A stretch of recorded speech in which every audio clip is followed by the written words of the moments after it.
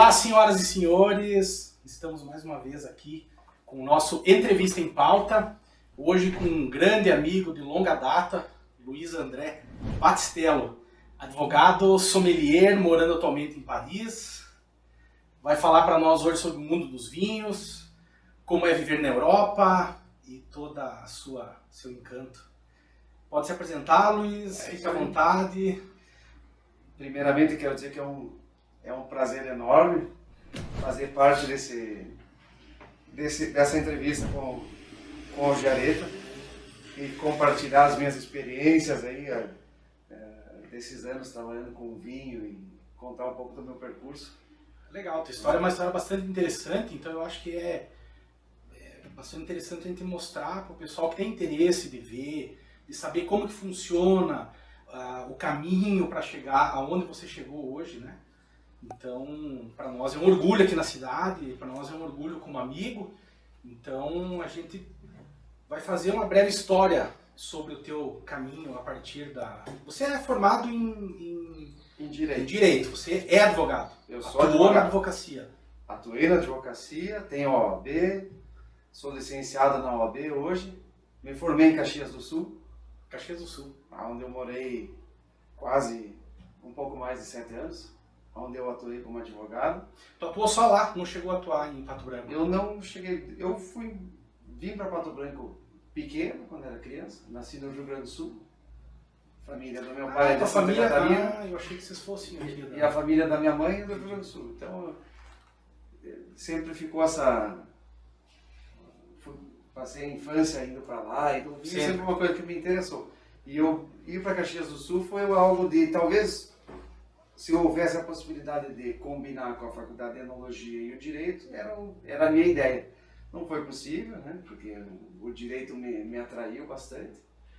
Foi uma profissão uma faculdade que eu acho muito importante, que trouxe muitas coisas positivas, mas depois acabei seguindo outro caminho, que é o vinho, que é uma paixão que eu trago desde adolescente. Tu já tinha esse interesse pelo vinho aqui, morando em Pato Branco? Já. Só que aqui a Faculdade de Agronomia não te daria o suporte. Não me daria o foco na fruticultura. Aqui é um outro foco, né? Soja, milho, feijão. Essa é uma pergunta que eu sempre ouço, como é que surgiu o interesse pelo vinho numa região que não é uma região produtora. Não, aqui não é característico, né? A agricultura de soja, milho, cereais, criação de gado, outras coisas, mas não tem hoje um histórico de viticultura importante, mas já teve. No passado? Já teve. E muitas vezes... Os nossos ancestrais que faziam seu vinhozinho pisando em cima, na pipa, na tina. Os teus ancestrais tinham. Como os meus. Tinha, meu avô fazia vinho. Então a gente... Para o consumo próprio. Então, uma das coisas que mais me interessaram nesse mundo, eu acho, foi, antes de mais nada, um conhecimento pessoal. Ou a descoberta de algo que veio antes de mim. Tu teve um instinto atiçado desde a tua pré-adolescência ali. Eu acho que quando a mãe fazia o suquinho suco de vinho. Suco de vinho, misturava vinhozinho com água. Sim. Eu acho que em virtude também de ter crescido longe, né, dos meus familiares, de tios e primos e tal, me trouxe essa coisa de manter uma certa ligação com eles, né? E quando eu perdi o meu avô, os meus avós maternos, né, que moravam no Rio Grande do Sul, o meu avô tinha lá as uvas dele para cultivar, tinha o parreirão, aquela imagem ficou. E depois que ele morreu, essa cultura, essa tradição, ela foi se perdendo. E aquilo ficou na minha memória. Eu sempre gostei disso. Já lia sobre uva quando eu tinha 16 anos, 15, 16 anos, já tomava vinho até antes dessa idade. Mas o teu interesse pelo estudo do assunto já era bastante ativo. Porque o vinho é um produto civilizatório. A gente pode evoluir pessoalmente através dele. Sim. Isso é Sim, sem dúvida. É uma bebida com uma carga cultural gigante. Porque ela agrega, ela reúne. Né? Essa taça pode te explicar a história do Ocidente. É uma bebida de 8.000 anos. Até hoje. Até que não se descubram evidências de produção de vinho anterior a 8.000 anos. Mas hoje tem 8.000 anos. Né? O vinho teria surgido inicialmente onde é a Síria, a antiga Pérsia, Eles utilizavam a romã para fazer... O início foi isso, mais ou menos? Um fermentado de romã, suco de romã? A uva é uma planta selvagem. Ela estava no meio da natureza, é uma planta trepadeira que vai subindo os galhos de árvore, ela procura o sol e inicialmente os seres humanos ancestrais descobriram aquela fruta, um dia eles comeram, viram que ela era comestível e alguém esmagou. Ou foi ficar no sol, em cima de uma pedra, e aquilo fermentou, de repente, né? Era uma fonte de caloria, uma fonte nutricional, só isso. Tanto é que até hoje na Europa é considerado um alimento que faz parte da tua dieta, né? Não é um complemento, ele é um alimento. Ele é um alimento, exatamente, é um alimento. Aí, logicamente, por ter essa característica, o álcool provocar efeitos secundários, né? Ficava mais relaxado, isso, soltava um pouco a palavra. In vino veritas. In vino veritas. Né?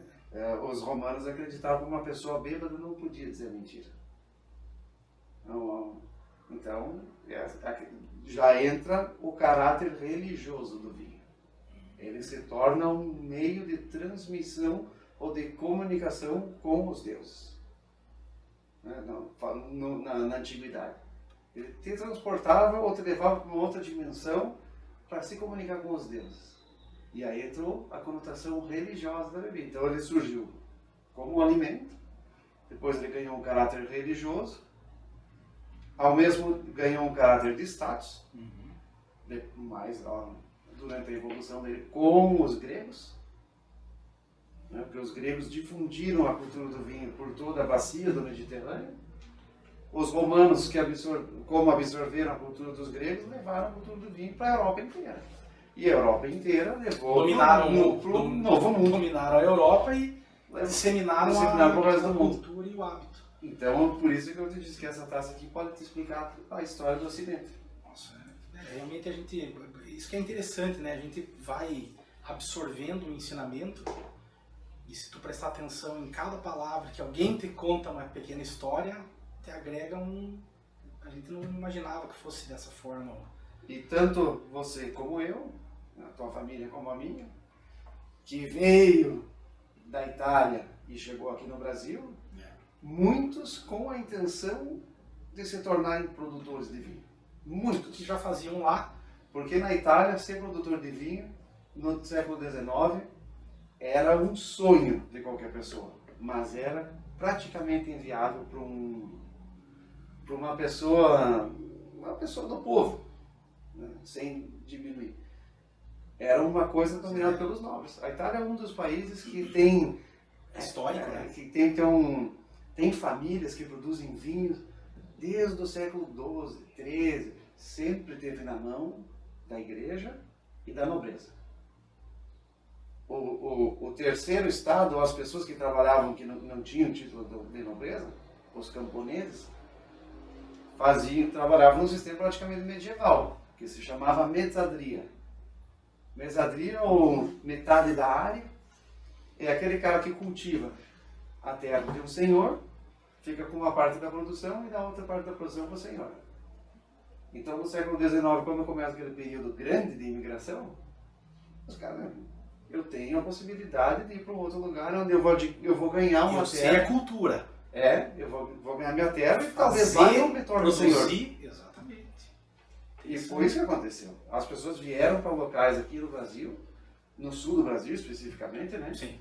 Onde a viticultura estava sendo tentada, desde o descobrimento do Brasil, sempre foi buscado o desenvolvimento da viticultura no Brasil. O Brasil tem mais tradição ou mais anterioridade que a Argentina e o Chile. Porque desde o início do descobrimento já tinha a ambição de produzir vinho no Brasil. Mas não foi possível porque a uva foi plantada no lugar errado. Sim. Então, a partir do Por causa momento, do solo, por causa do clima. solo, do clima atlântico, foi plantado em zona costeira. Né? Se a gente fosse fazer um vinho em Florianópolis, não tem nada a ver com a produção de vinho. Então, nos primeiros 200 anos de colonização do Brasil, a população se concentrou na zona costeira, que não tem nenhuma vocação para produção de vinho. Por esse motivo, que uma empresa grande, não sei se a gente cita o nome dela ou não, mas transferiu uma parte da sua produção para a Bahia?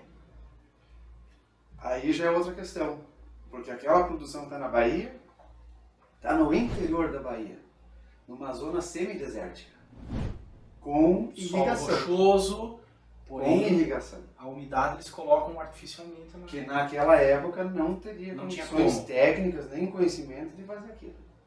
Então, uma coisa... E a qualidade realmente aflorece lá, é melhorada por essa questão? Ou foi uma tentativa, não muda muito do que nós temos aqui, não? A qualidade é boa, não é uma qualidade assim, não é uma qualidade que a gente possa desprezar, é uma qualidade bem aceitável. É um clima do ponto de vista de quantidade de horas de sol. Bastante. É favorável. Só que, claro, não tem as 4 estações. A videira ela é uma planta que necessita as 4 Ela estações. precisa do frio, Ela precisa de ela um pouco de precisa frio. do meio termo. Ela é uma planta mediterrânea. Ela precisa de um pouquinho de frio. Mas aí, né, a maneira como a videira se expandiu para o norte da Europa é muito interessante. Porque ela gosta da zona costeira do Mediterrâneo, né, que é um clima seco. O Mediterrâneo é uma zona onde tem 300 dias de sol por ano, chove 2 meses por ano, a quantidade necessária de água para a parreira, só que é um clima seco. Ele é um mar que aspira toda a umidade, tem os Alpes que não ficam longe, que contribuem para secar o ar também, e o deserto do Saara do outro lado. Então gera um clima muito seco, muito favorável para a videira. Interessante. Ali é o habitat mais apto para o desenvolvimento dessa planta. Só que, claro, a colonização de outras regiões pelas legiões romanas fez com que a planta fosse pouco a pouco se adaptando a um clima mais frio até chegar em Champagne, que é onde eu passo a maior parte do meu tempo. Eu entendo. Então, eu consigo entender. Ela foi levada de uma zona quente para uma zona fria e se adaptou muito bem. E agora a gente está adaptando ela ao clima daqui.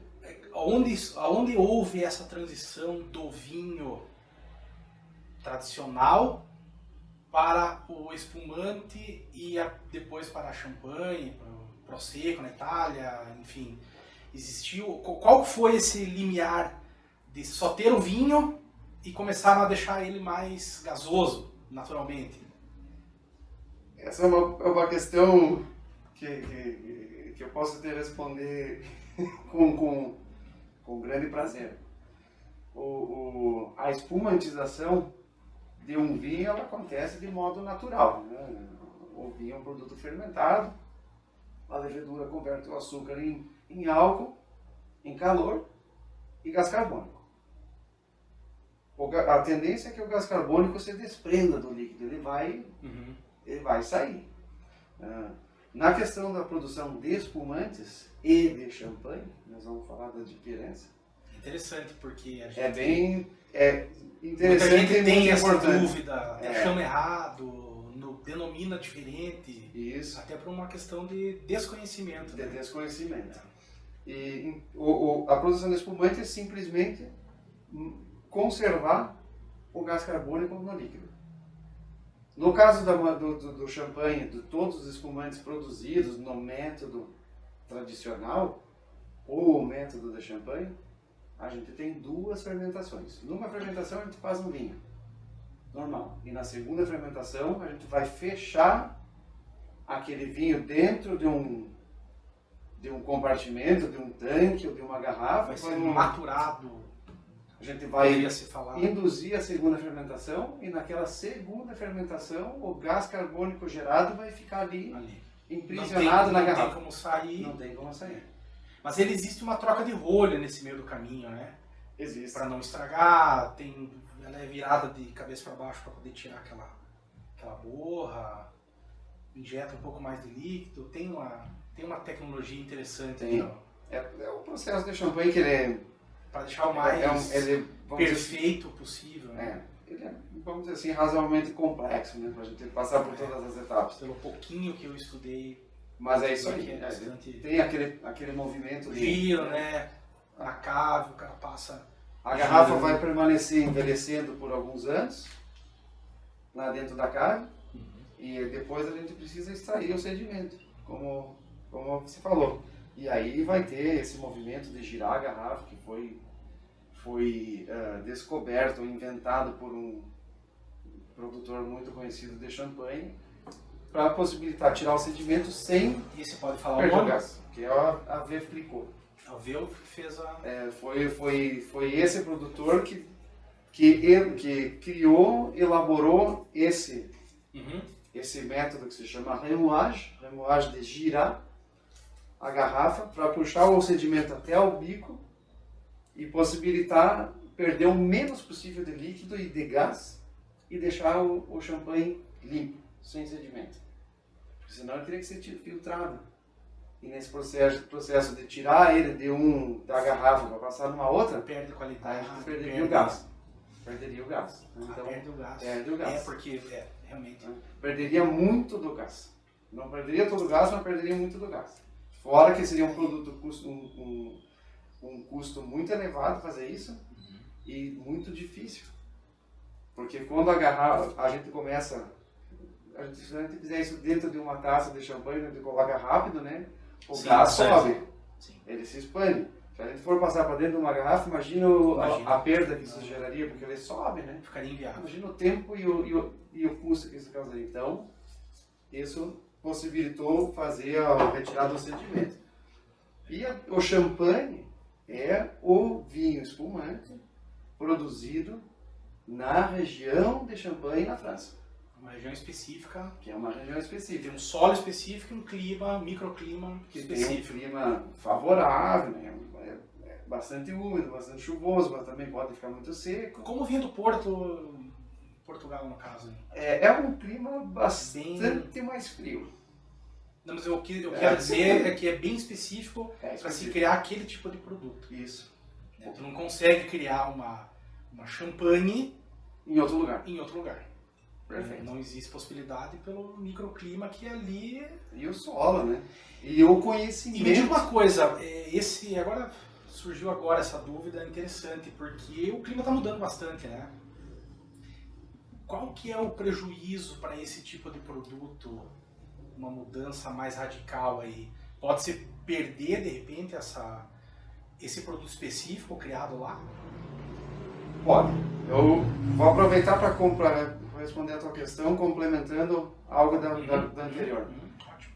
Quando a gente chama um espumante de champanhe, um espumante brasileiro, um espumante espanhol, vamos falar do Freixenet. Todo mundo conhece. Famoso, conhecido, popular. Popular. Valor custo-benefício muito benefício bom. Tudo bem, um espumante não tem nenhum problema, tá bem feitinho, eu tomo. Sim. Sem problema nenhum. Ele é feito na Espanha, é um cava. Só que ele não tem nada a ver com champanhe. Não é o mesmo clima, não são as mesmas uvas. O método é o mesmo, porque o cava copia o método de champanhe. Só que champanhe envelhece por no mínimo 15 meses. E na prática, qualquer champanhe hoje envelhece no mínimo 2 anos. Um cava chega ao mercado em 9 meses. Porque até a saída é muito maior, né? Porque os custos de produção dele são muito baixos. Então ele é um produto, não tem como a gente chamar de champanhe em cava. Não é uma crítica a ninguém que toma Freixenet. Não, de forma alguma. O que você falou, aquela coisa, vamos discernir o que é champanhe e o que é outras coisas. Champanhe é o melhor vinho espumante que existe no mundo, Ponto. com muita vantagem. Qualquer champanhe no Brasil custa pelo menos uns R$400. Sim. Então, que a gente... aquela coisa assim, ó, eu comprei um chevetinho bonito lá e eu apresento como um Mustang. Não dá, né? Não, a diferença é essa aí, né? Não tem nem como. E você falando em champanhe, Luiz, qual que é o custo de produção de uma champanhe de qualidade? Tem champanhe que não tem a qualidade na região? Tem. Sempre tem. Sempre tem. Né? Sempre tem. Se a gente tem alguns champanhes que realmente são de qualidade aceitável, mas de qualidade baixa. Mas tu não vai tomar uma champanhe ruim Acontece, estando na região, acontece. sendo feita lá. Pode? Pode. Eu acho que é uma questão de quanto você pagou pela champanhe. Você pode chegar Tem no supermercado chance, e... desculpa te cortar, tem chance de vir uma champanhe de qualidade e nós tomarmos aqui no Brasil uma champanhe já passada, e a gente não, por ter desconhecimento, não saber, achando que está tomando uma champanhe Uma de altíssimo gabarito, e tu vai ver, ela é uma champanhe que já passou, foi vendida já assim, na maldade, às vezes foi passada nessa... Existe ou não? Sim, existe. Como o vinho estraga, a champanhe também pode... A partir do momento que existe um mercado grande onde as pessoas não conhecem aquele produto, possibilita a gente vender qualquer coisa. E realmente hoje no mercado brasileiro existe muito vinho de baixa qualidade. Bastante. O mercado normal, o mercado que a gente consome no dia a dia, sim, por mais vinhos de 200, 300 reais, pode até encontrar... alguns desses, com certeza, até de baixa alguns qualidade. de um valor um pouquinho mais elevado, que pra gente na Europa seria um vinho de baixa qualidade. Sim. E fica difícil a gente, a não ser que se estude ou tenha um Aí, conhecimento maior, difícil. Né? Esse é o momento em que um sommelier pode auxiliar. Aí entra o teu trabalho. Aí entra o meu trabalho, entra o trabalho de outras pessoas, entra o trabalho de pessoas que trabalham em restaurantes, o chefe de um restaurante conhece sobre vinho, o dono de uma loja pode indicar um vinho que é melhor, olha, esse vinho aqui, eu conheço o cara, é bem feito, não? Sabe? E essa questão, até mesmo na Europa, é uma das coisas que eu sempre digo. Acreditem em Paris, dificilmente um vendedor de vinho vai te passar a perna. Pela índole, Porque faz parte faz parte, existe cultura. uma certa honestidade em quem trabalha nas lojas de vinho em Paris. Se a pessoa, lá você compraria com tranquilidade, mesmo não sabendo. Se você chegar numa loja e disser, eu quero comprar uns vinhos de qualidade média, por um valor razoável, não precisa ser o mais caro e o mais barato. A maioria dos lugares que eu conheço vão ser honestos no momento de recomendar. Agora, quando a gente escolhe sozinho, vai no supermercado, vai numa loja, compra na internet. Muita opção. Pega uma região X, tem 30 garrafas ali naquela região. Como é que tu vai saber? E quanto à questão do champanhe, para fazer o comparativo de custos, é isso que você estava falando antes. A uva em champanhe é a mais cara no mundo, em média. De uma maneira média, né?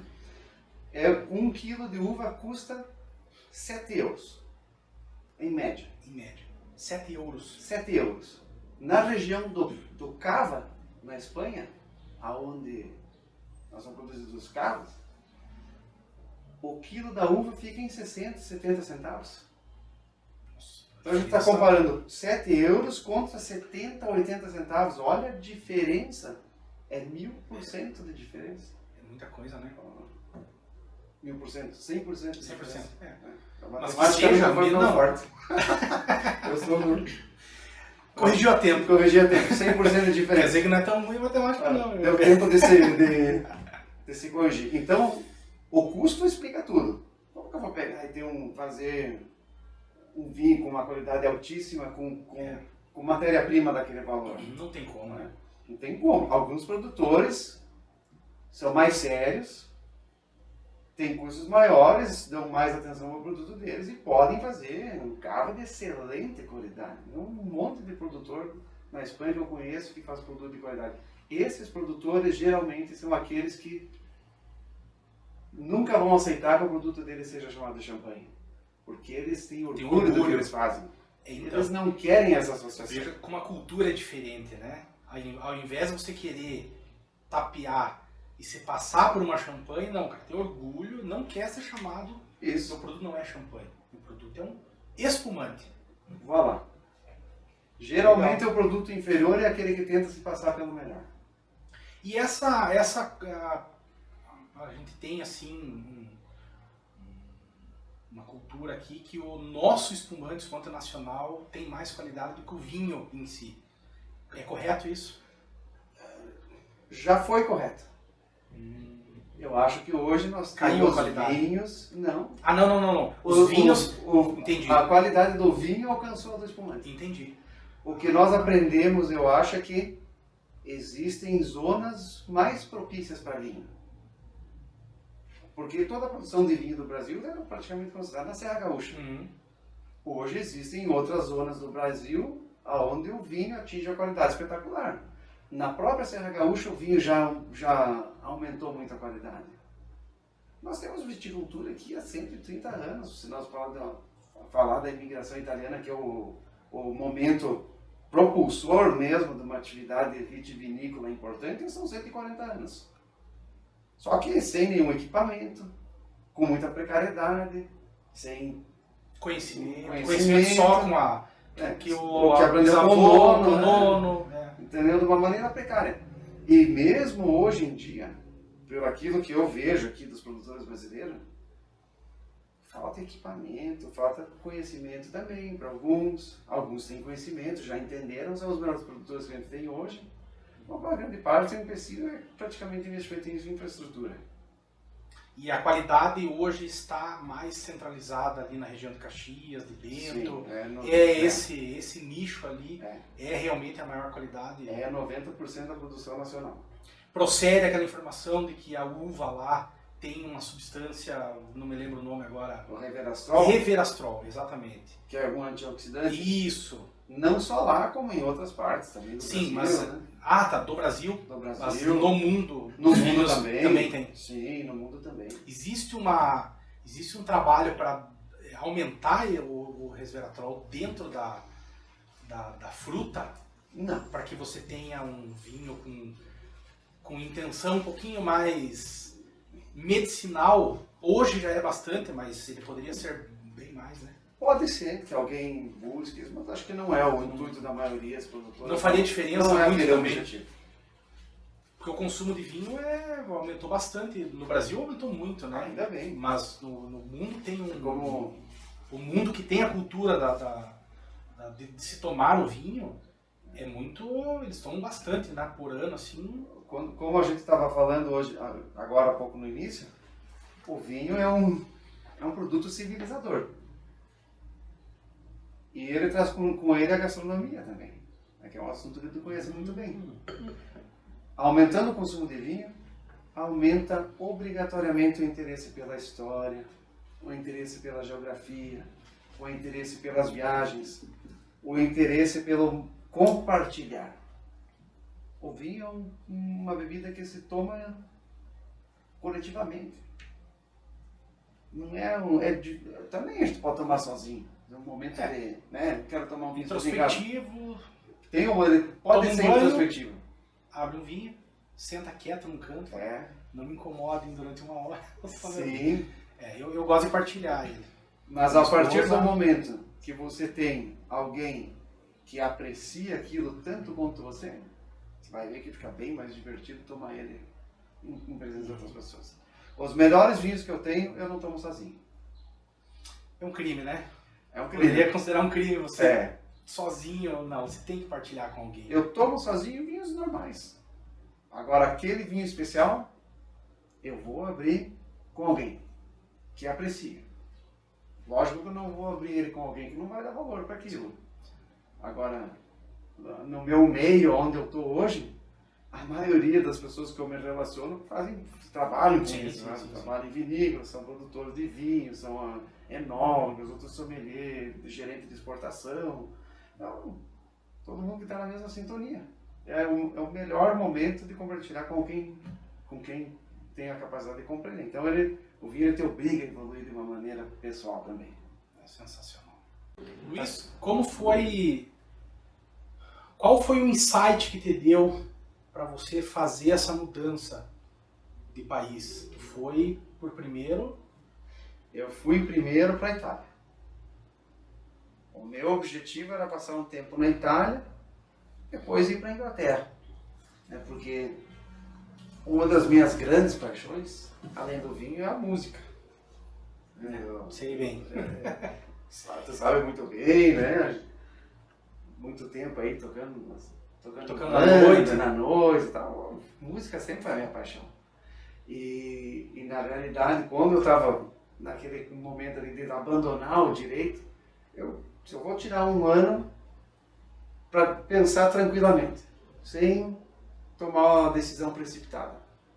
Daqui a pouco eu volto para o direito, daqui a pouco eu vou fazer outras coisas. E eu tinha duas grandes paixões, uma era o vinho e outra era a música. Mas eu achei o caminho da música muito arriscado. E aí, naquele momento, quando eu voltei para o Brasil, depois de um ano na Europa, principalmente na Inglaterra, onde eu fiquei lá quase um ano, um mês na Itália, acabou meu dinheiro, não tinha trabalho na Itália. Eu liguei para uma amiga e disse, tem como trabalhar aí na Inglaterra? Aí eu aceitei, vim para cá, fui lá sem dinheiro, nada no bolso. Ela me ajudou. Disse, amanhã tu vai ter que atravessar a cidade aqui, tem que pegar 2 ônibus. Vou te ensinar uma vez, presta atenção, porque amanhã não tô aí. Se tu errar o lugar, tu perde o emprego. E eu acordei às 13h30 da manhã, consegui chegar no lugar certinho e... Tudo certo. E aí, levei chumbo durante várias vezes lá, comendo pão que o diabo amassou, mas sobrevivi e deu tudo certo. O pessoal pega pesado. Pega pesado, O cara, quando vai passar um ano, não sabia falar inglês direito, tudo, não tinha... Na época, eu fui com visto de turista lá, então passei alguns apertos grandes, mas tudo deu certo. Eu fiz a experiência que eu queria, visitei os locais que eu queria em Londres, das músicas que eu gosto, fui para Liverpool, toquei violão lá no Cavern. Tocou violão lá? Toquei violão lá dentro do Cavern. Fui no Museu dos Beatles.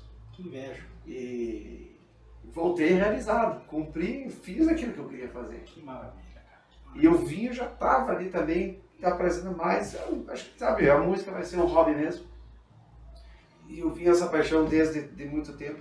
Eu voltei para o Brasil, fiz um curso em Bento Gonçalves. E o meu professor, que era da Itália, falou para nós, vocês que estão aqui hoje, têm emprego garantido.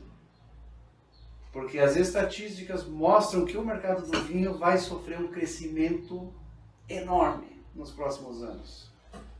E aí eu entendi a mensagem, né? Comecei a me dedicar mais, voltei para a Itália de novo, fiquei lá um tempo, obtive a minha cidadania italiana, que me abriu as portas do mundo. É importante. Bem importante, e a partir daquele momento eu pude me direcionar para experiências mais importantes. Eu morei na Espanha, na região de Jerez, na fronteira, onde eu vi o mais importante da Espanha, Jerez.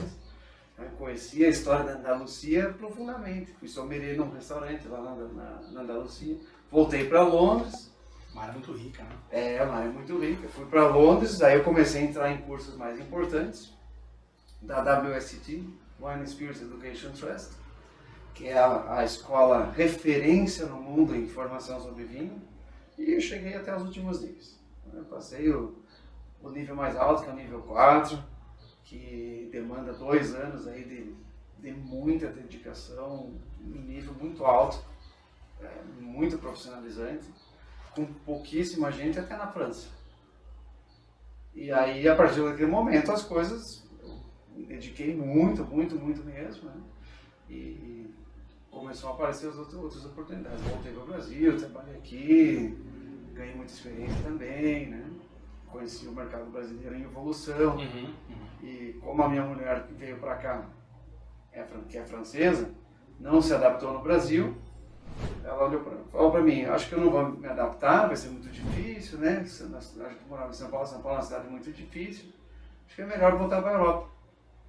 E aí a gente voltou para a Europa. Desde 2014 eu moro em Paris. 2014 foi onde você ficou definitivo morando em Paris. Eu nunca imaginei morar na França. Nunca. É um país que eu nunca me vi morando, nunca senti identificação com a França. Londres?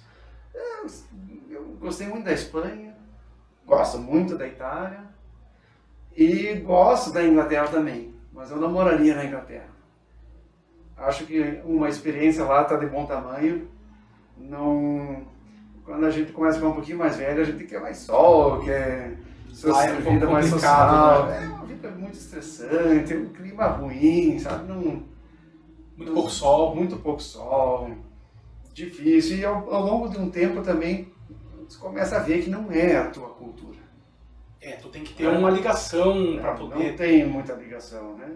E a França, querendo ou não, mesmo que seja uma cultura bastante diferente, uma mentalidade bastante diferente, mas tem vários pontos em comum, né? Depois que tu começa a compreender mesmo, assim, a França tem muitos pontos em comum com a gente. A gente pode encontrar pontos em comum, é mais fácil, né? Um país latino, vamos dizer assim. Hoje, na Europa, quem produz vinho de qualidade? Na Europa, leste europeu até o oeste ali, pegando uma região bem grande assim. Fora a Rússia, que acho que a Rússia não sei se produz vinhos bons. A Rússia produz muito vinho.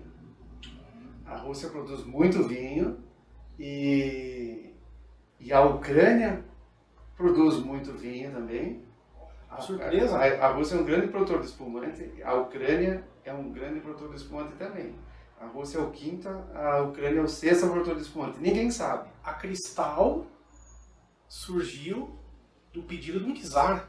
Sim, uma garrafa com o fundo... Ele queria especificamente um produto para ele servir no palácio e os produtores da Cristal acabaram fazendo aquele produto para suprir apenas ele. Isso. Depois que acabou se difundindo, né?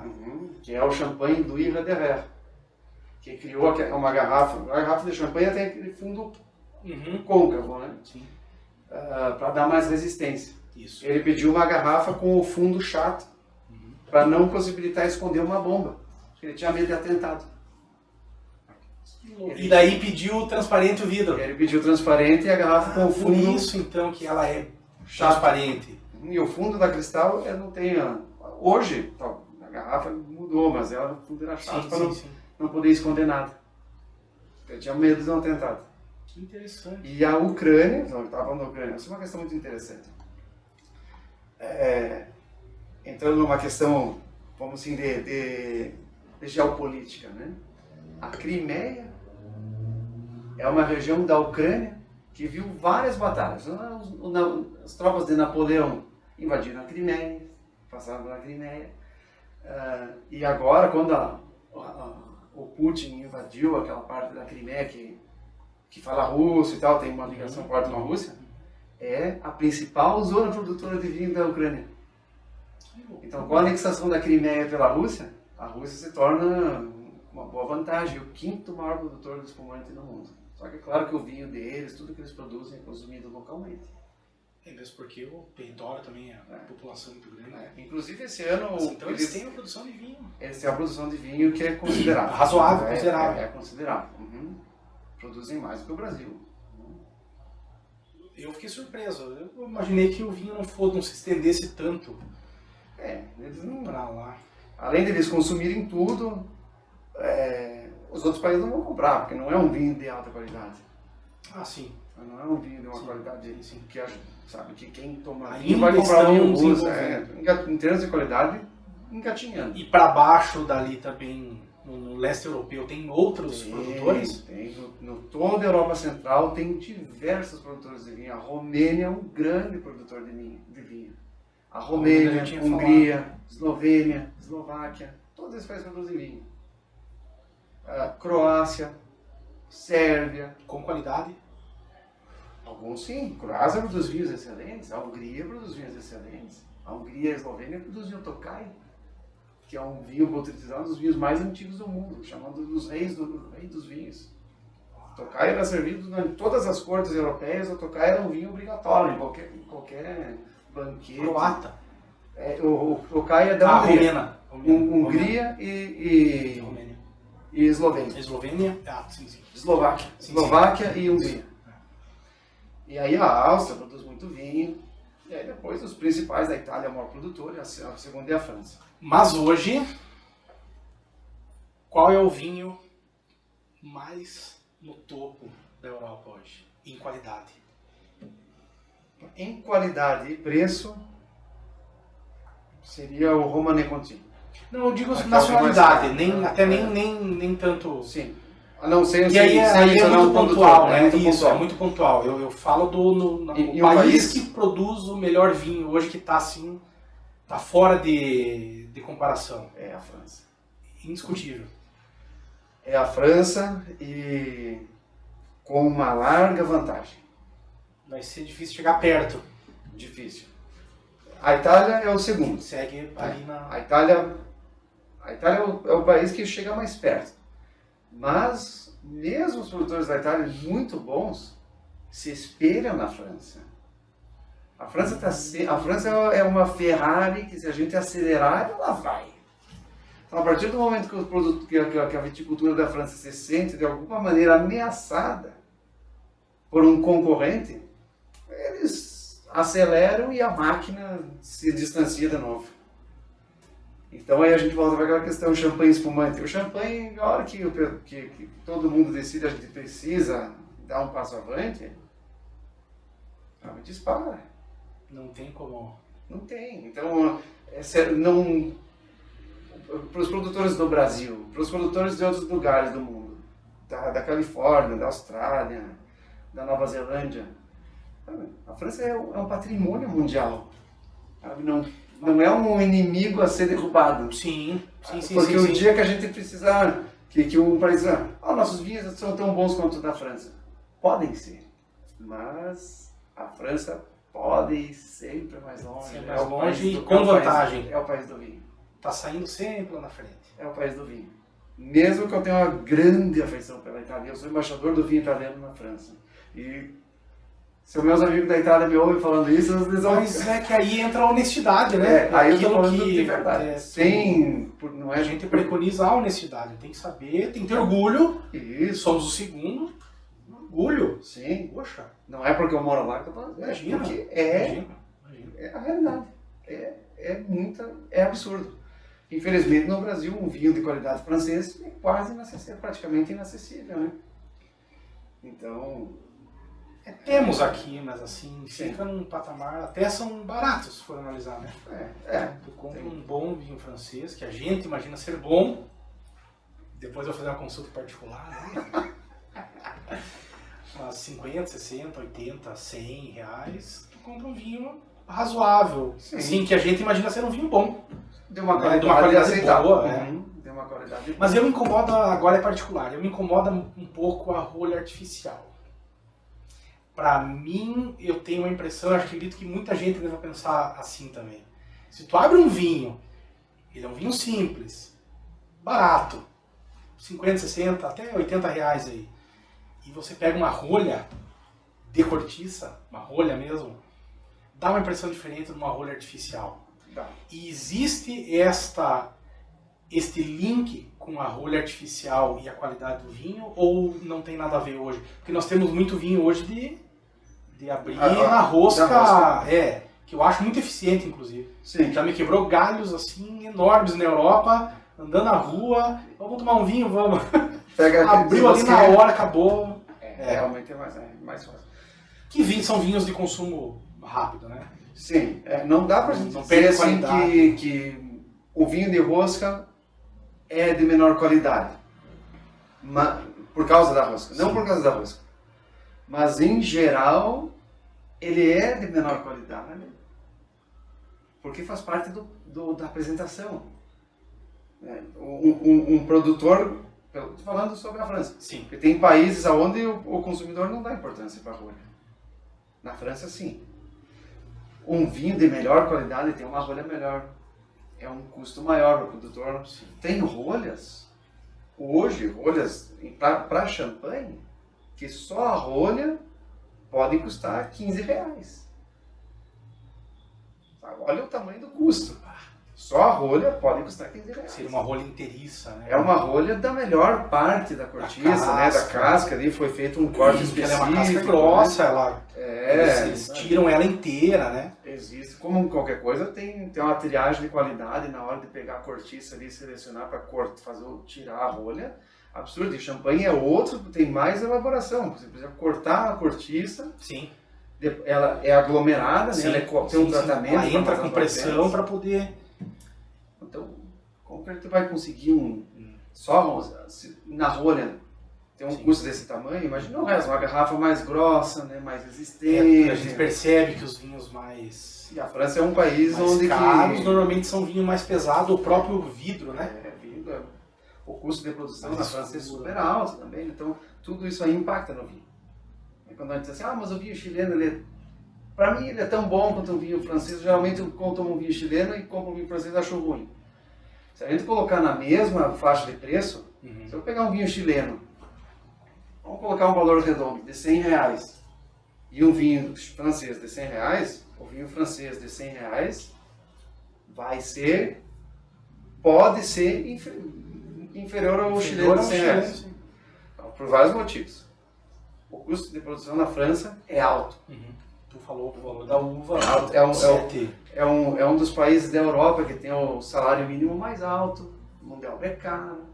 Né? Tudo é caro. É um país com muita tributação. E vai exportar para o Brasil, que é um mercado fora da União Europeia. Enquanto que o Chile faz parte do Mercosul, entra com valores menores de tributação. Né? Então, o vinho francês ele tem essa pegadinha. Eu recomendaria para quem quer provar um vinho bom francês. Não adianta. Tem que investir um pouquinho para chegar numa faixa daquilo que para a gente é o vinho normal do dia a dia. Então, né? Você acha que hoje, para nós normais, que temos um conhecimento limitado ainda, vamos ser honestos, né? A gente tem eu estou falando a gente, nós, os normais que vão no mercado. Tu olha um vinho, tu vê que ele é francês, automaticamente estou tomando um vinho francês. Então você preconiza que se inicie por que valor para ter um vinho de qualidade? Acima de 150? Já achei vinhos franceses no Brasil de boa qualidade em torno de R$100. Mas é que daí entra o teu conhecimento. Um vinho que vai ser uma qualidade boa, por um valor que é razoavelmente baixo. Um vinho honesto. Eu acho que no Brasil, um vinho abaixo de R$100 da França é um desafio grande. É desafiador. Acho que um profissional que conhece bem consegue achar. Mas o consumidor sozinho, escolhendo as escuras, assim, sem conhecer, é difícil. Os supermercados não deveriam investir numa pessoa com conhecimento para poder indicar os vinhos que eles estão vendendo? Poderiam, mas hoje o consumidor ele utiliza muitos aplicativos, né? Ele utiliza a informática, ele vai lá, pode escanear o rótulo do vinho, tem procura isso. nos aplicativos, olha, esse aqui tem 4 estrelas, tem 5. Então, isso aí veio para ajudar também. Mas a indicação do profissional que conhece bem ainda é mais importante. E o olho no olho tem diferença você fazer uma indicação, porque às vezes tu vai olhar e tu vai entender que a pessoa quer uma coisa diferente de lá procurar num site ou num aplicativo que te explica qual que é o vinho, né? Eu acho que o vinho do Brasil, hoje, responde melhor a uma faixa de preço de R$100 do que um vinho francês. Interessante essa informação. Com certeza. Porque existe um preconceito muito grande com o vinho nacional. Muito. Já melhorou muito. Tem muito vinho brasileiro bom. Muito mesmo. Tem muito produtor que revolucionou a viticultura do Brasil. As pessoas torcem às vezes o nariz porque é um vinho nacional, tem aquela ideia antiga de que vinho não tem tanta qualidade por ser nacional. Tem um monte de amigo meu francês que trabalha no setor, lá que trabalha em vinho, grandes vinícolas. Antes de eu voltar, os caras diziam, traz um vinho do Brasil aí pra gente. E muitas vezes o pessoal elogia. Cara, o vinho do Brasil tá nesse padrão já, tá excelente. Vinhos que aqui a gente paga 60, 80 reais, 100 reais. Cara, o vinho sempre vai ter um valor razoavelmente mais elevado, mas um vinho francês de 100 reais não vai ter a qualidade de um vinho brasileiro de 100 reais. Isso independe da uva? Nós temos muitos cortes aqui. Bom, a Europa também tem, né? Portugal Também tem tem bastante. Tem vinhos com 3, 4, 5 cepas, né? Eu acho que o Fala cepa? Pode falar cepa. Pode falar. E aqui os argentinos tem bastante 80-20, né? É, o primeiro nome do vinho é o que tem 80% e o segundo é o que tem 20%, né? O vinho brasileiro com Eu gosto desses a pandemia, blends, sabe? Sim, o blend depende da região. Na França, a tradição é uma uva, numa outra região é mais tradicional ter o blend. Com a pandemia, o vinho brasileiro deu um salto. Deu um salto imenso. Eu não vejo o vinho brasileiro hoje inferior ao vinho argentino. É uma questão mental. Tem que se quebrar esse preconceito. Tem que quebrar esse paradigma. A gente precisa abrir a mente.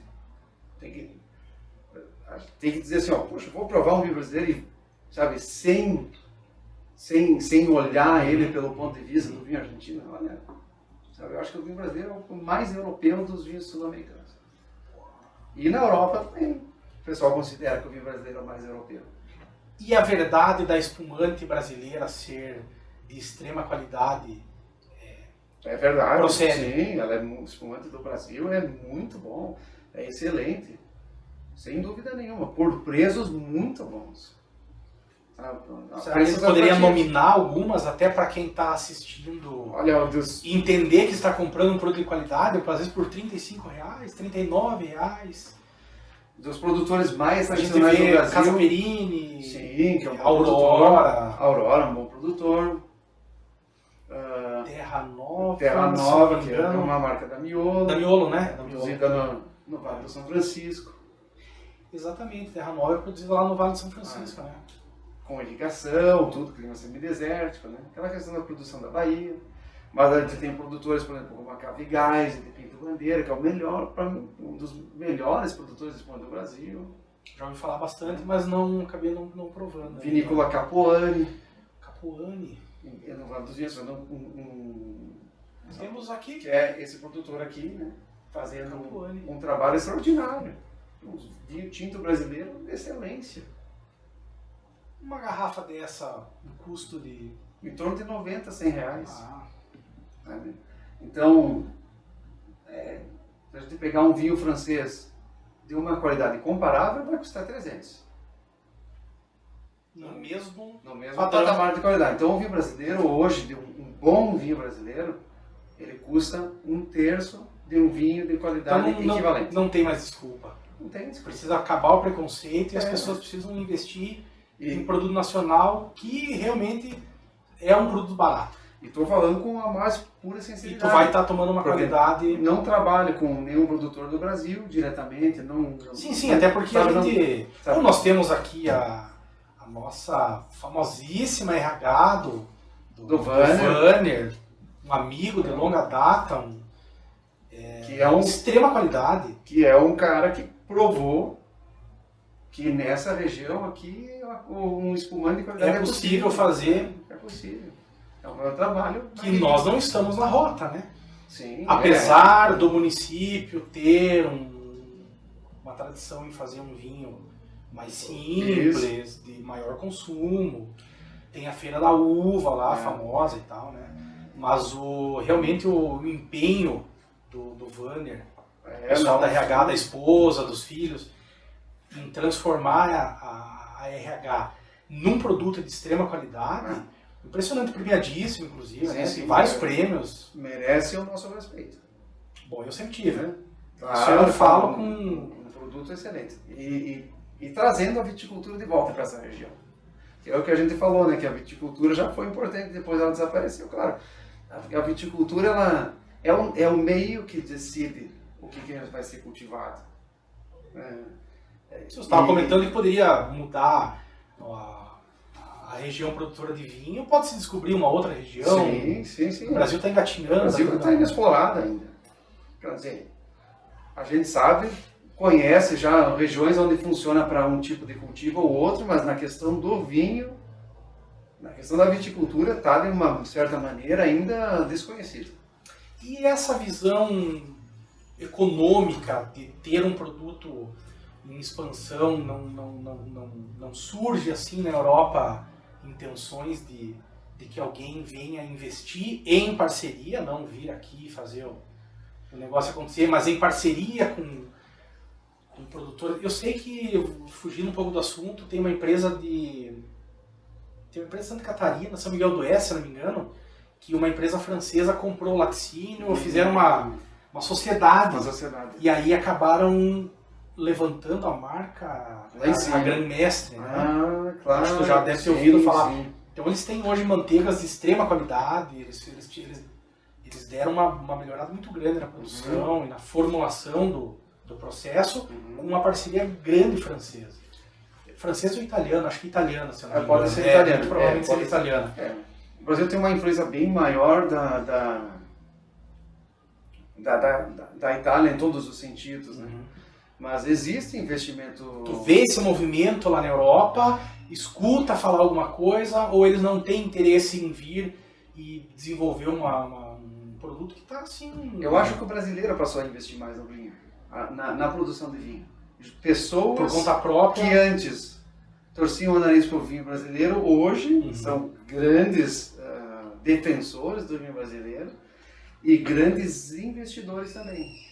Na questão de desenvolvimento de planta, né? Na questão de equipamento, de descobrir novos locais, novos terroirs, novas possibilidades, novas uvas, produção de...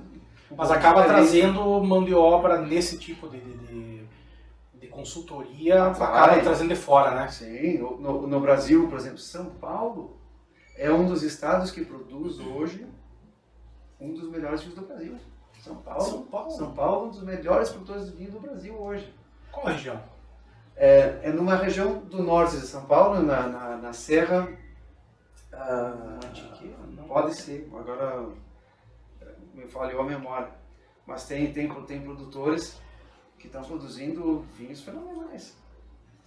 Para regiões de altitude, onde durante a noite a temperatura baixa. Então está saindo um pouco do Rio Grande do Sul, sabe? Está se difundindo. Santa Catarina difundiu, aqui Ovânia, no Paraná, né, também. Mesmo porque a Itália inteira fabrica vinho. A Itália inteira fabrica vinho. A França inteira fabrica vinho. Quase todas as regiões. E são regiões diferentes. São regiões diferentes. Então também existe a possibilidade de você descobrir novas... Na Itália mais do que a Espanha, mais do que a França até. Na Itália mais do que a França. Mas é diferente, porque no Brasil, a partir do momento que a gente passa uma certa latitude, né, dentro de uma área tropical. E aí realmente fica fora assim, né, de uma área considerada viável para a viticultura. A uva precisa ela gosta das 4 estações. Interessante. Hoje, uma pessoa que quer viajar para Paris, como que ela faz para chegar a você e fazer usufruir do teu conhecimento e do teu auxílio como sommelier numa descoberta entre queijos, vinhos, queijo? A França tem tem mais de 1.200 tipos de queijo, né? É o país com mais tipos de queijo no mundo. Podem me encontrar pelo meu site, que é o Wine Tours Paris. Nós vamos colocar nós vamos colocar todos o site, o Facebook, o Instagram, o que tiver possível de mídia. E uma das coisas que, por exemplo, que é a minha atividade principal, o enoturismo, que são passeios a partir de Paris, a partir da região de Champagne, muito customizados. Uma coisa que leva mais do que uma viagem cultural, né? Sim. É uma imersão muito profunda. E esse ano eu vou inaugurar um projeto que me levou bastante tempo, durante praticamente toda a pandemia eu me dediquei a isso, que é a inauguração de uma escola de vinhos lá em Champagne, no vilarejo onde Champagne foi criado. Aí vai ser um novo projeto. Só lembrando, surgiu o champanhe mesmo, a champanhe ou o champanhe? O champanhe. O champanhe.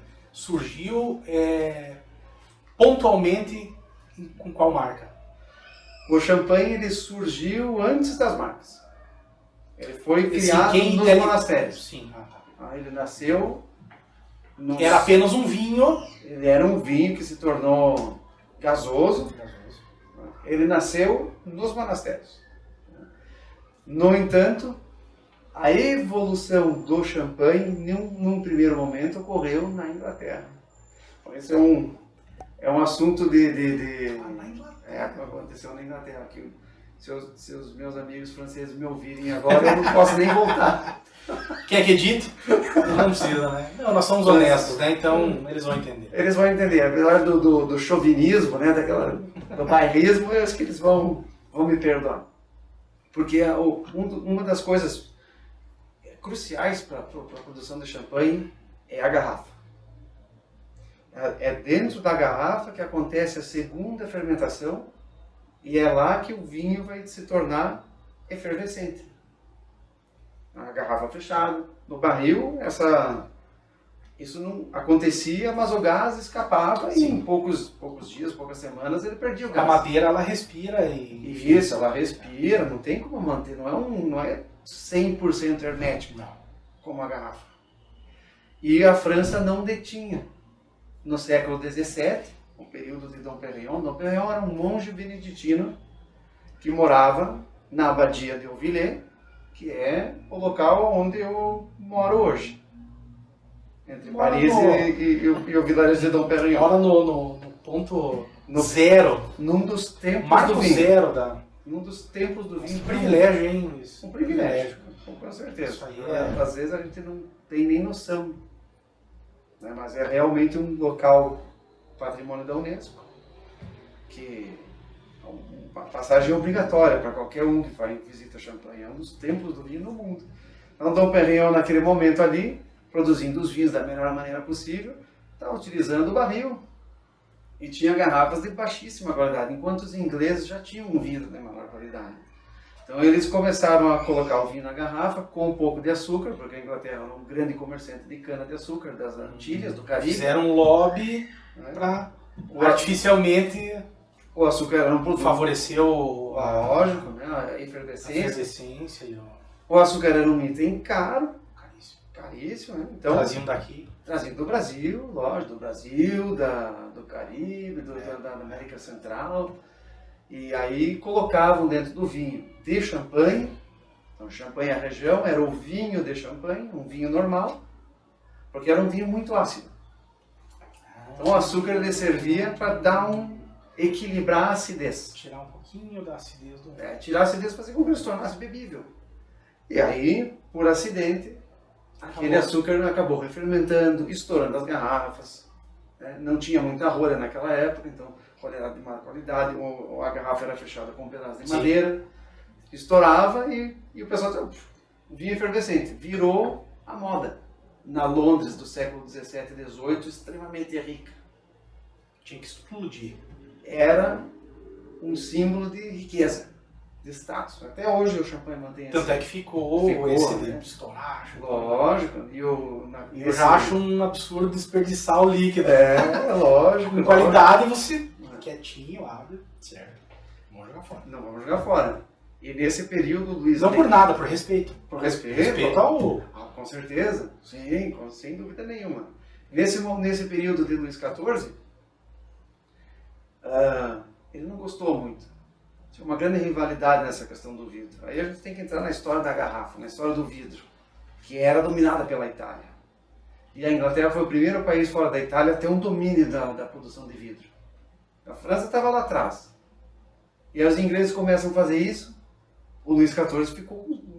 que é isso, né?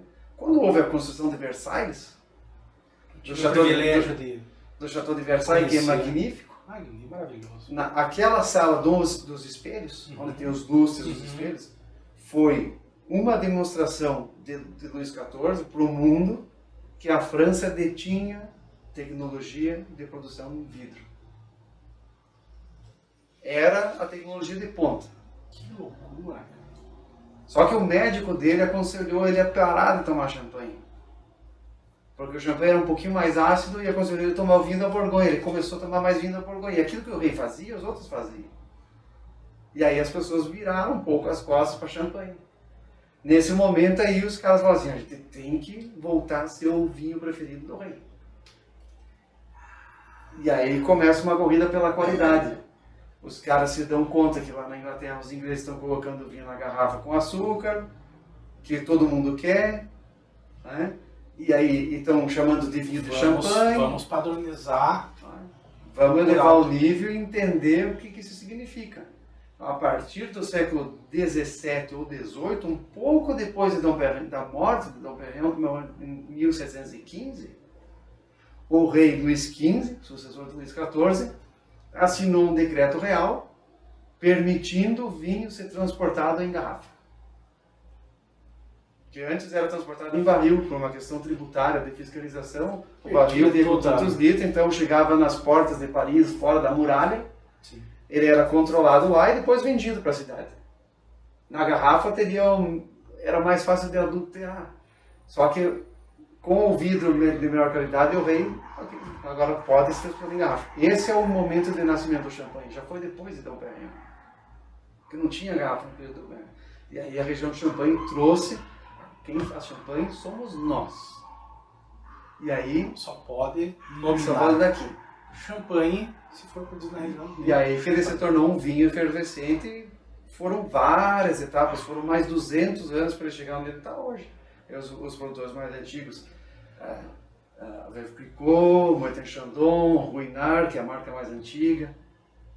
Famílias nobres da região que tinham dinheiro e muita audácia, que investiram nessa... A Veuve Clicquot foi depois da morte do marido. Não lembro o nome do marido. E ela que organizou a empresa. Sim. E tornou dela um império. Por isso que foi denominado... Ela foi a primeira... A Viúva Clicquot. A Viúva Clicquot. Ela era a maior exportadora de vinho no período das guerras napoleônicas. Mas ela é responsável por ter dado a nobreza do champanhe popularizada nas festas. Das festas entre os nobres. Entre os nobres, exatamente. Foi daí que difundiu. Ela foi uma grande protagonista da difusão da cultura da champanhe no meio mais da nata da sociedade. Com certeza. Sim. No período... Londres... Outras capitais também na Europa, né? No período pré-Revolução Francesa, com certeza ela foi muito influente. Depois da Revolução Francesa, o Jean-Remy Moët, que é o herdeiro da Moët & Chandon, talvez deu uma contribuição também maior, porque a Moët & Chandon é a maior produtora de champanhe. E ela, assim, é um pouco mais viável, né? Financeiramente. Hoje até não tanto, mas As duas pertencem ao mesmo grupo. Tanto o Moët & Chandon como a Veuve Clicquot fazem parte do grupo Louis Vuitton Moët Hennessy. Então ela pertence ao mesmo dono. Tanto é que a Moët ficou na Fórmula 1 durante... Sim, durante anos. Depois entrou a Moon. A Moon é espanhola? Não, também é champanhe. Também é champanhe. Mas a Moon pertence a um outro grande grupo, que é o grupo Pernod. Eu achei que não fosse mais champanhe, né? A champanhe... Eu achei que Moon era espanhola. Isso nunca me ative. A Moon tem... Todas as grandes marcas têm produções em outras partes do mundo. A maioria delas tem produção nos Estados Unidos, na Califórnia. Mas dentro de um padrão... Dentro do padrão do champanhe, mas elas são de champanhe. E elas podem ser chamadas champanhe? Fora do champanhe, não. Só o que é produzido... Mas esse engarrafamento sai como no rótulo? O que é feito em champanhe... O que é feito nos Estados Unidos, por exemplo? Como sparkling wine. Sparkling wine traditional method. Mas no bojo você consegue denominar um produto igual? Elas se parecem, claro, a garrafa é muito parecida, aí precisa ler a etiqueta e ver o que é ou não, mas geralmente... Não tem uma parte do produto que venha em matéria-prima para ser... Não. É produzido mesmo, então não pode ser considerado. Nem não tem como ser igual, né? Mesmo tecnicamente falando, assim, não teria como transportar a uva para lá e fazer o vinho lá. Daria para transportar o suco, mas a partir do momento que o mosto sai da região, ele já perde a denominação de origem, né? Não tem como levar o mosto da uva para a Califórnia e fazer lá e chamar de champanhe. Todo o processo tem que ser feito dentro da região. Legal. Luiz, nossa, foi uma aula muito grande e eu acredito que num futuro próximo aí a gente tem que fazer uma segunda entrevista em loco. Com certeza, né? Tomando uma garrafa de champanhe. Lá, né? Lá. É possível hoje você fazer visitações em esses vinhos mais tops e champanhes mesmo, visitar o Veuve Clicquot, visitar o Romo Alicantito falou do... Sim, da Borgonha. É possível fazer uma visitação lá ou é complicado? Sim, grandes produtores, é possível. Eles abrem para você ir, como fazem aqui no Brasil, com degustação, claro, não, obviamente, dos vinhos tops. Algumas vezes sim, inclusive é um dos trabalhos que eu faço. Mas há possibilidade. Estou falando isso claro. pro nosso telespectador que está vendo, que surgiu o interesse, às vezes ele quer ir mais longe um pouco. Falando de Champagne e da Borgonha especificamente, que são duas regiões onde eu transito muito, toda semana. Eu estou nessas duas regiões, onde eu conheço muitos produtores, muita gente. Por causa das minhas relações, eu consigo fazer visita de produtores muito alto nível, né? De produtores premium. Com certeza. Mas isso tudo depende do que a pessoa quer, né? Se ela não tiver num nível tão avançado, não vai trazer para ela talvez... Não entenda. Eu acho que a gente tem limitação para entender o que seria uma experiência dessa. Para quem não está no nível avançado, você tem que ir galgando os degraus, né? Não adianta você ir lá em cima e não precisa. Você não vai entender nada. Para quem não está no nível tão avançado de conhecimento sobre vinho, não tenha pressa. E uma coisa importante é sempre ter humildade. Porque o vinho te coloca de joelho. E isso eu aprendi nos primeiros campeonatos que eu fiz de degustação assim. Te coloca de joelhos. Te coloca de joelhos. Tu vai lá com qualificação, conhecendo bastante, vai lá, encontra outras pessoas de um nível muito alto e você vai sair de lá com uma boa lição. Interessante. Vai voltar para casa e vai dizer, eu preciso melhorar. E hoje, ainda bem, não sei se eu comentei, mas o time do Brasil de degustação às cegas, do qual eu sou o técnico. 8º lugar. A gente ficou em 8º lugar em Avignon esse ano, deixamos para trás Portugal, Estados Unidos, Suécia, deixamos times super Itália, fizemos uma pontuação orgulho, né? Enorme. Isso que eu acho interessante, esse tipo de informação que é interessante quem está assistindo saber que nós estamos bem avançados, saber que o vinho nacional é um vinho de qualidade, que a gente pode investir os nossos 35 a 60, 80 reais e tomar um vinho muito justo, um vinho de excelente qualidade, que cabe dentro do orçamento. Um orçamento diário, porque tem gente que vai tomar vinho todos os dias. Se tu vai tomar todos os dias um vinho de 100 reais, obviamente compromete. Tem gente que não consegue, né? Mas um de 35, 40, de qualidade, é possível. É possível, com certeza. É possível e tem que desenvolver esse paladar, né? Exatamente, com certeza. Luiz, eu te agradeço imensamente, não sei nem assim me expressar direito a aula que nós tivemos hoje. É pouco, eu acho que nós deveríamos ter uma segunda... De repente a gente faz uma online, se não der tempo de ir lá. Claro. Fizer uma segunda lá, aí você de repente mostra algumas imagens diferentes e tal. Fico muito feliz, nós ficamos muito felizes com a tua colaboração, com a tua disponibilidade. Vou pedir já para o pessoal, inclusive, se inscrever no canal. É muito importante se inscrever no canal. Tá? Eu sei que a gente bate na tecla, a gente insiste, mas o algoritmo ele é uma coisa interessante. Se você não se manifestar no vídeo, você não está ajudando em nada. Quem se sentir no direito e não quiser dar um like, nem se inscrever, tá ótimo, a gente respeita bastante. Mas se você gostou, por favor, se inscreva, ative o sino na lateral, porque ele vai te dar o engajamento, vai te trazer outras reportagens e entrevistas que estejam no nosso canal, e para vocês ter um conhecimento maior sobre amenidades. É uma cultura, mas são amenidades, né, Luiz? Claro, claro. Então quero fazer um brinde aqui para Eu nós que te finalizarmos. E agradeço. Santé. Santé.